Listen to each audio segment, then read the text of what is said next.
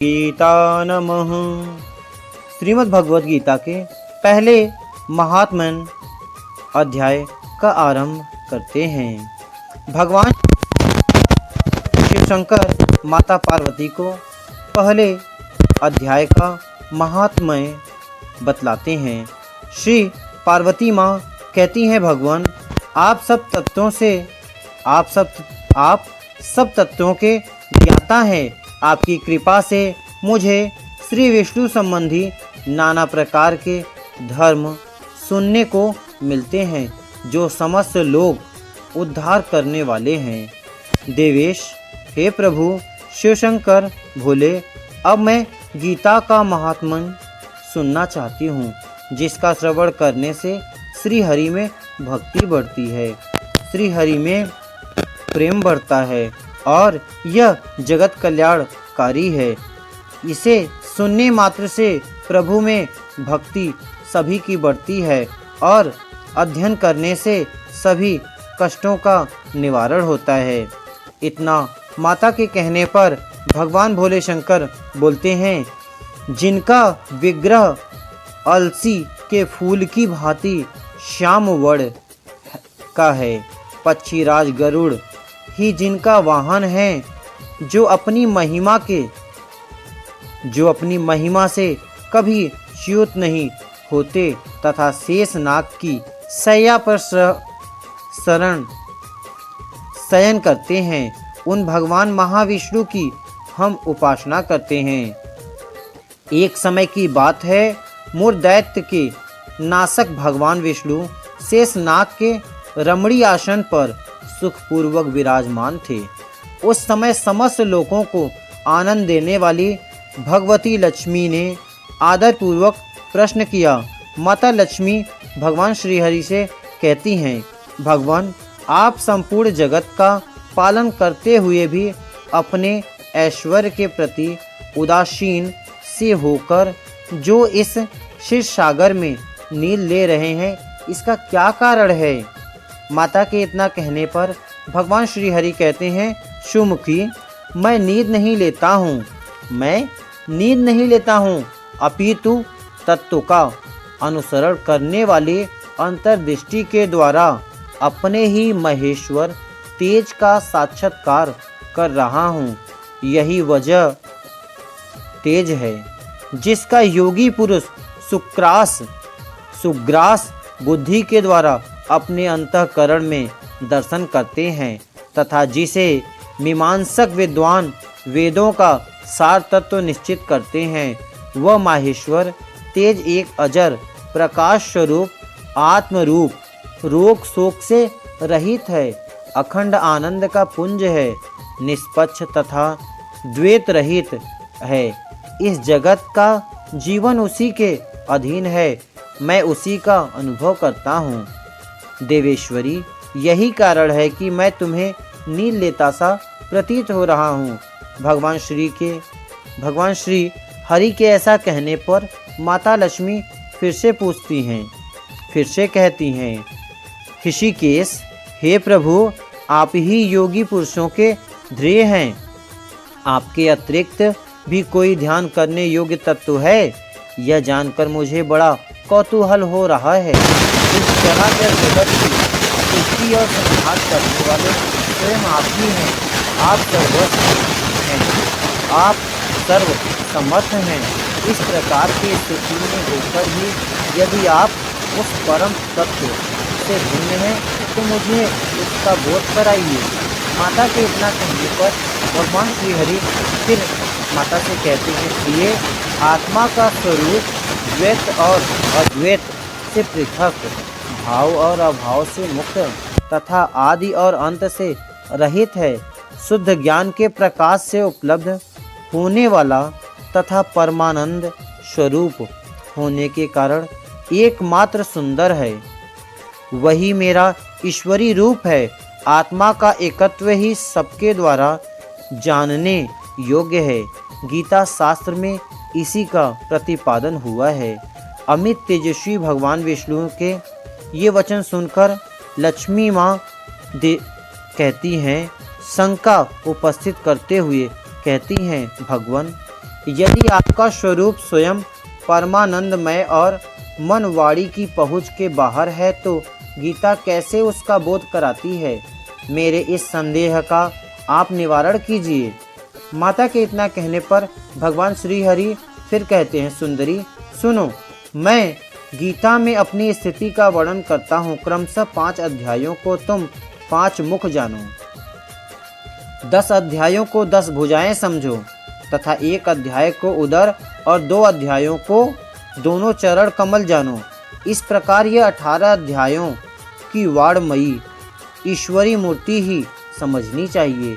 यह ज्ञान मात्र से ही महान पातकों का नाश करने वाली है।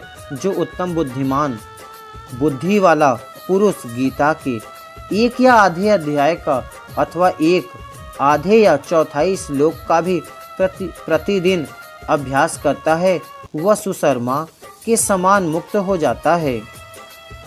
भगवान के इतना कहने पर फिर माँ लक्ष्मी कहती हैं, हे प्रभु, सुशर्मा कौन था, किस जाति का था और किस कारण से उसकी मुक्ति हुई? माता के फिर पूछने पर भगवान श्री हरि बोलते हैं, प्रिय, सुशर्मा बड़ी खोटी बुद्धि का मनुष्य था। पापियों का तो वह शिरोमणि ही था। उसका जन्म वैदिक ज्ञान से शून्य एवं क्रूरता पूर्ण कर्म करने वाले ब्राह्मणों के कुल में हुआ था। वह न ध्यान करता था, न जप, न होम करता था, न अतिथियों का सत्कार। वह लंपट होने के कारण सदा विषयों के सेवन में ही आसक्त रहता था। हल जोतता और पत्ते बेचकर जीविका चलाता था। उसे मदिरा पीने का व्यसन था तथा वह मांस भी खाया करता था। इस प्रकार उसने अपने जीवन का दीर्घकाल व्यतीत कर दिया। एक दिन मूढ़ बुद्धि सुशर्मा पत्ते लाने के लिए किसी ऋषि की वाटिका में घूम रहा था। इसी बीच में काल रूपधारी काले सांप ने उसे डस लिया। सुशर्मा की मृत्यु हो गई। तदंतर वह अनेक नरकों में जा वहाँ की यातनाएं भोगकर मर्त्यलोक में लौट आया, अर्थात मृत्युलोक में लौट आया और वहाँ बोझ ढोने वाला बैल हुआ।